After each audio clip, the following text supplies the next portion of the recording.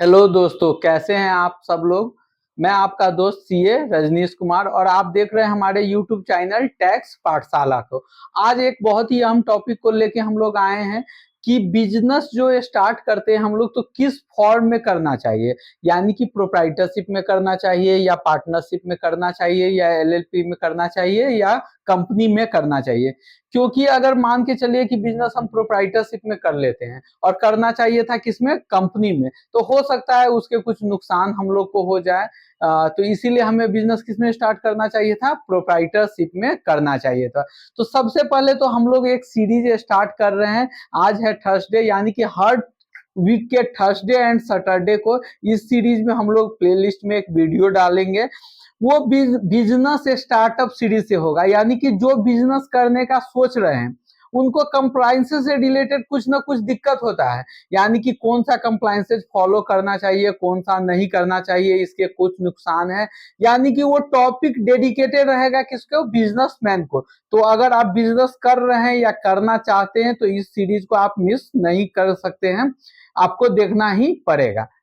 Clear है। उसके बाद हम लोग अब आते हैं कि अगर आप सोच लिए हैं कि आपके पास सारा आइडिया आ गया है, सब चीज आ गया है, लेकिन ये पता नहीं चल रहा है कि बिजनेस को किस फॉर्म से स्टार्ट करना चाहिए, यानी कि प्रोप्राइटरशिप करना चाहिए, पार्टनरशिप करना चाहिए, एलएलपी करना चाहिए या कंपनी करना चाहिए। तो आज के इस वीडियो में हम लोग देखेंगे कि हमें किस फॉर्म में बिजनेस स्टार्ट करना चाहिए, किस के नुकसान है, क्या क्या फायदे हैं किस फॉर्म में, और हमारे लिए कौन से सुटेबल रहेगा। लास्ट में ये भी बताएंगे कि आपको किस फॉर्म में बिजनेस स्टार्ट करना चाहिए। तो वीडियो के लास्ट तक आप लोग बने रहिए। अगर चैनल सब्सक्राइब नहीं किए तो सब्सक्राइब भी कर सकते हैं, और वीडियो अगर अच्छा लगे तो लाइक बटन जरूर क्लिक कर दीजिएगा। तो सबसे पहले आते हैं कि 4 तरीके से बिजनेस आप स्टार्ट कर सकते हैं। First sole proprietorship, second partnership, third LLP और फोर्थ प्राइवेट लिमिटेड कंपनी या फिर बोले तो कंपनी। तो सबसे पहले आते हैं सोल प्रोप्राइटरशिप में। तो किसी एक व्यक्ति के द्वारा जब बिजनेस स्टार्ट किया जाता है उसको बोलते हैं सोल प्रोप्राइटरशिप फॉर्म, जिसमें एक सिंगल ऑनर रहता है, वही ऑनर होता है, वो सर्वे सर्वा होता है। तो इसमें नुकसान क्या होगा, क्योंकि इसका लाइबिलिटी अनलिमिटेड रहेगा। अगर किसी खुदा न खास अगर आपके बिजनेस में कभी लॉस हो जाता है तो इसमें प्रोप्राइटर अपने कैपिटल से भी पैसा को चुकाना पड़ेगा। और ये बिजनेस आप छोटे फॉर्म पे कर सकते हैं, छोटे लेवल पे कर सकते हैं, कहीं से एमसीए वगैरह से रजिस्ट्रेशन नहीं होता है, यानी आपके फॉर्म का डिटेल कहीं और नहीं शो करेगा एक्सेप्ट आपके बिजनेस के वेबसाइट पे शो करेगा। और ये बेहद ही आसान है शुरू करना। अगर आप छोटे लेवल से स्टार्ट कर सकते हैं तो प्रोप्राइटरशिप फॉर्म बना सकते हैं। सेकेंड आते हैं कि पार्टनरशिप फॉर्म। जब हम दो या दो से ज्यादा व्यक्ति सेम ऑब्जेक्टिव के लिए एक जगह मिलते हैं तो हम लोग क्या क्रिएट करते हैं, पार्टनरशिप फॉर्म।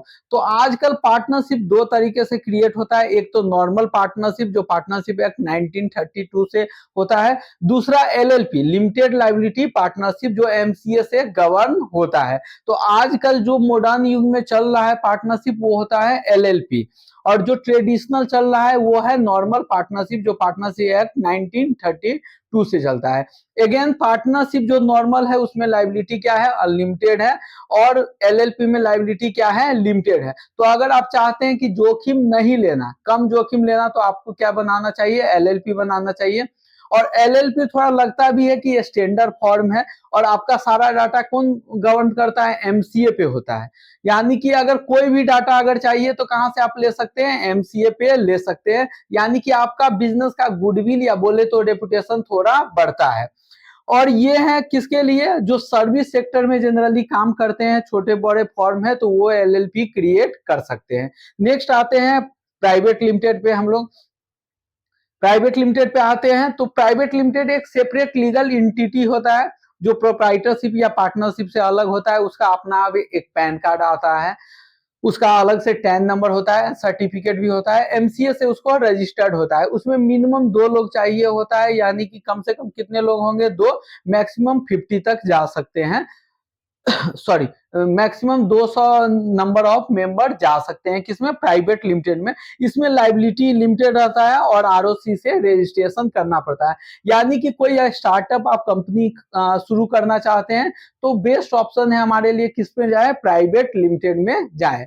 तो नट सेल में यहाँ पे क्या था कि अगर सिंगल ऑनर है, कम रिस्क लेना चाहते हैं तो आप कौन सा प्रोप्राइटरशिप में जाइए, उसमें खर्चा कम है। अगर 2 से ज्यादा लोग हैं तो आप पार्टनरशिप में भी जा सकते हैं, एलएलपी में भी जा सकते हैं। मॉडर्न अगर युग में जाना है तो आपको किस में जाना चाहिए, एलएलपी में जाना चाहिए, क्योंकि सारा डाटा कौन गवर्न करता है, एमसीए करता है। अगर आप अच्छे लेवल पे बिजनेस करना चाहते हैं तो आपको जाना चाहिए प्राइवेट लिमिटेड बनाना चाहिए।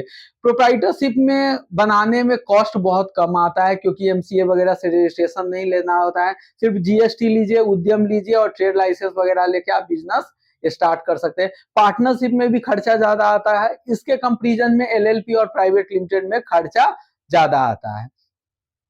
उसके बाद हम देखेंगे कि कौन सा बिजनेस स्ट्रक्चर हमारे लिए बेस्ट है।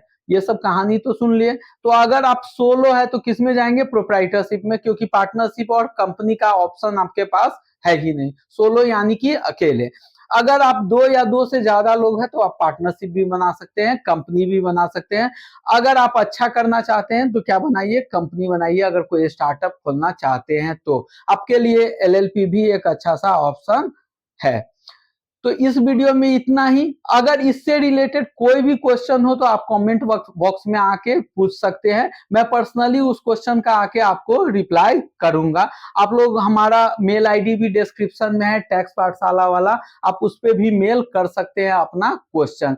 और कोई भी एडवाइस चाहिए तो आप फ्री में मैसेज या कॉल कर सकते हैं, हम लोग आपको रिवर्ट करेंगे। और ये एकदम निःशुल्क है, यानी कि बिजनेस से कोई रिलेटेड टिप्स चाहिए तो आप लोग कर सकते हैं। और